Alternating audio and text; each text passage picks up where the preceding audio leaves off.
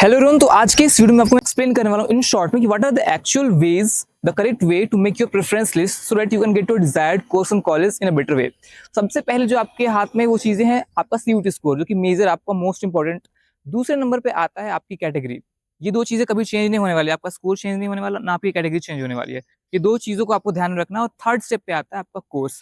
तो इस स्टेप पे बहुत ज्यादा कंफ्यूजन क्रिएट होता है, बिकॉज बच्चे जो है कई बार अपने कोर्स को सेक्रीफाइस कर देते हैं, जिसमें उनका इंटरेस्ट नहीं होता है वो उसको भी ऑप्शन नहीं लेते हैं। बट इसमें आपको बहुत ध्यान देना है कि जो आपका इंटरेस्ट है उसी इंटरेस्ट के कोर्सेज को आप अपने ध्यान में रखो। एंड उसके बाद कोर्स को जब आप सही से देख लो, कोर्स का सिलेबस भी देखो। जिस कोर्स को आप करना चाहते हो उसके बारे में आपको ज्यादा पता ना हो, उसका सिलेबस देखो, उसके बारे में रिसर्च करो। एंड ट्राई टू कीप दो तीन कोर्सेज अपने आसपास में आप लेके चलो, क्योंकि सिर्फ एक कोर्स पे स्ट्रिक्टली आप रहोगे तो वो भी थोड़ा सा एक बैलेंस नहीं बन पाता है अगर आपके स्कोर थोड़े कम है तो। थर्ड पार्ट आता है आपका कोर्स के बाद कॉलेज।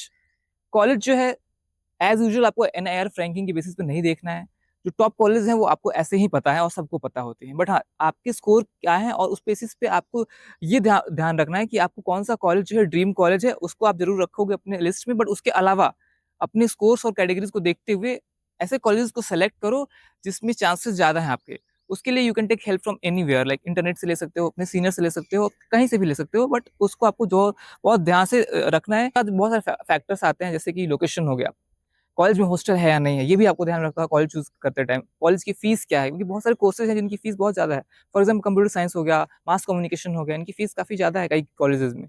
तो ये भी आपको ध्यान देने वाली बात है। उसके अलावा अदर फैक्टर्स भी हैं, जैसे कि आपको आगे फ्यूचर में क्या करना है। अगर आप इतना श्योर हो, सपोज किसी के लिए ऐसा फैक्टर होता है, इवनिंग कॉलेज भी किसी के लिए बहुत ही बढ़िया हो सकता है अगर उसे प्रिपरेशन वगैरह करनी है, या फिर they want to pursue the part time jobs as well, तो उनके लिए इवनिंग कॉलेज भी बढ़िया हो सकते हैं, बिकॉज दिन में they can do their stuff as well. So आपके अपने एस्पिरेशंस को भी ध्यान में रखते हुए चूज करना है।